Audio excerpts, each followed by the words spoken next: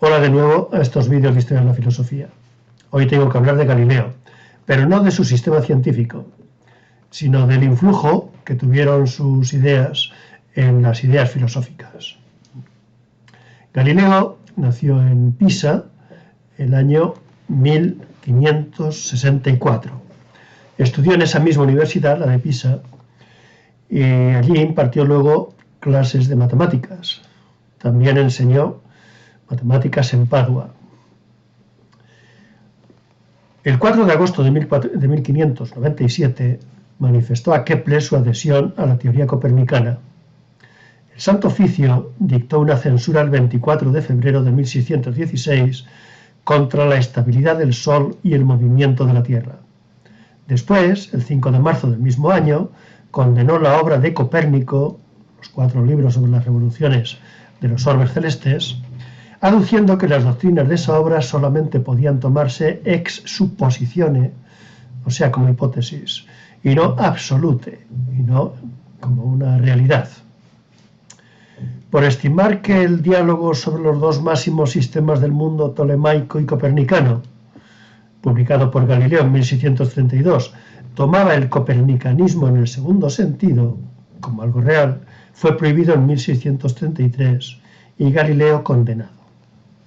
Galileo murió en 1642. Las ideas de Kepler habían sido ya la sentencia de muerte para el sistema de Aristóteles y Ptolomeo. Por si fuera poco, el telescopio que inventó Galileo llenó el cielo, que dicho sistema consideraba perfecto y acabado por definición, de cosas nuevas e inesperadas. Había satélites en otros planetas, manchas en el Sol, irregularidades en la Luna. Los aristotélicos reaccionaron con fuerza, pero no sin razones, y Galileo comprendió que el ataque a Aristóteles debía abrirse en todos los frentes a la vez, porque solucionar uno o dos casos no conducía más que a colocar bien una o dos piezas en un rompecabezas, dejando el total sin orden. Lograr ese objetivo exigía entender el movimiento local desde una perspectiva radicalmente nueva, para lo cual había que esforzarse por analizar el caso más sencillo de todos. Solo una vez que esto se hubiera logrado, sería posible aplicar los principios extraídos de ahí a las órbitas de los planetas, la revolución de las estrellas, la caída de los graves, el desplazamiento de los proyectiles, el movimiento de las mareas, etc.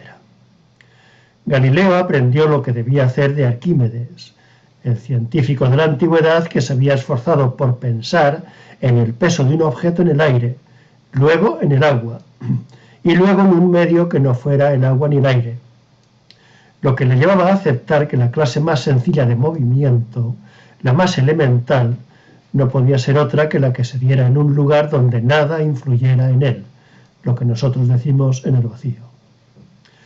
Galileo comprendió por fin que todo objeto se mueve igualmente en línea recta, mientras no intervenga nada que altere su estado. A continuación podían matematizarse todos los problemas de la física, que por todo esto no se diferenciaba esencialmente de la astronomía. Es decir, las cosas no son distintas en el cielo estrellado y aquí en la Tierra. Esta manera de pensar tuvo un efecto devastador. Bajo su empuje, se desmoronaron de pronto las barreras que separaban el mundo sublunar del supralunar. Cayó por tierra la jerarquía que Aristóteles había establecido entre los seres naturales, aquella jerarquía que atribuía a las esferas celestes el tipo más alto de movimiento, la vida y la inteligencia. Ahora todo movimiento es movimiento local. Las viejas y venerables nociones de acto, potencia, sustancia, entelequia, etc., perdieron su utilidad, porque el movimiento podía ser explicado sin necesidad de recurrir a ellas. Por último, la concepción de Galileo se oponía también frontalmente al naturalismo, al panpsiquismo y al animismo renacentistas, que quedaban así situados en la misma posición que el aristotelismo que se habían esforzado en combatir. Esto era una manifestación del avance incontenible del pensamiento que se había abierto paso desde las ideas de Copérnico. El adelanto más importante de la mecánica se debió a una transposición mental. Esto no es casual, pues aquellos problemas no podían resolverse en tanto no se supusiera un espacio arquimédico vacío. Era inevitable en gran medida proceder así, pues había que adquirir la visión del geómetra para comprobar cuáles son los casos susceptibles de cuantificación y prescindir de todos los demás, convirtiéndolos en simples apariencias. Galileo fue consciente de este profundo cambio. Su postulado materialista, que refería los fenómenos sensibles y multiformes a una materia unitaria y homogénea, no afirma las particularidades sensibles, sino los derechos absolutos de la razón científica. Es el primado del pensamiento sobre la experiencia sensible. El concepto de materia no es en dicho postulado distinto del de necesidad, como ya había comprendido el mismo Aristóteles en su momento. Es lo mismo que había sucedido al materialismo antiguo. Demócrito no empezó pensando que existen átomos para después atribuirles eternidad e inmutabilidad.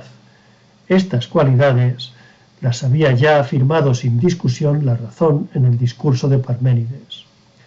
Muy al contrario, Demócrito, interesado por la antítesis entre lo uno y lo múltiple, por el conflicto entre las exigencias del pensamiento y las de la percepción, buscó algún procedimiento que pudiera atribuir a los fenómenos de la sensibilidad algo de eternidad e inmutabilidad.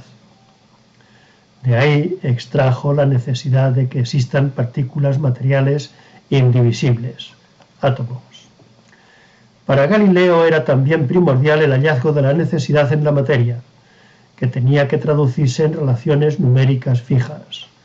Una vez sentada así la verdad de las cosas, el experimento correcto tiene que ser la prueba de que hay identidad entre lo demostrado a priori y lo añado en lo concreto.